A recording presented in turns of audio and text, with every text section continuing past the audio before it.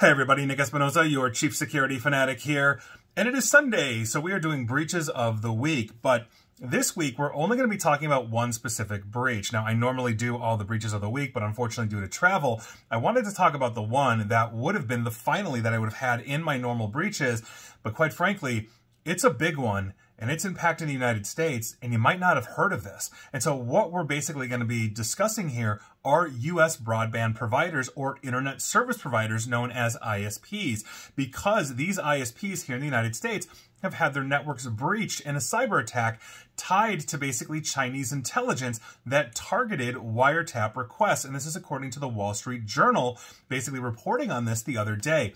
Now, the attack may have allowed China to gain information on basically the American federal government's court-authorized network wiretapping requests, according to the Wall Street Journal. And it's also possible the attackers had access for months or longer to the networks that the United States uses to make lawful requests for communications data.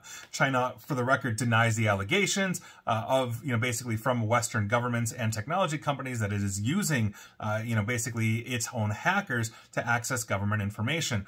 Any country, for the record, is going to deny that, but obviously we have a lot of IOCs or indicators of compromise pointing to China's basically very modern and sophisticated hacking groups like Volt Typhoon. So this is a huge issue. Now, government officials have been concerned that these attacks could be used to disrupt U.S. systems in the event of a conflict between China and the United States as well. If they're insider internet service providers and they're shutting them down, it's not just us not being able to get to, local sports scores or, whatever we're doing, read the news.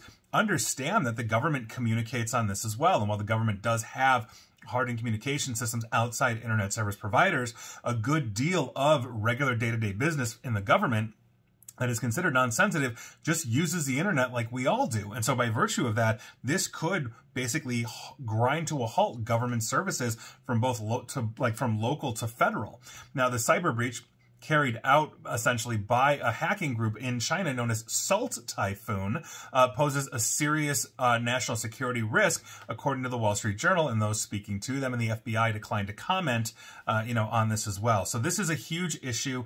I know this is a quick breach, but these are the kinds of things that we have to worry about. And as we are preparing for a potential cyber attack, and God forbid we get into a shooting war with China or any other country, for the record, these are the things that we have to prepare for. We have to prepare for area-wide or nationwide outages on things like 911, water and wastewater, which is electronically controlled oftentimes, but is very vulnerable.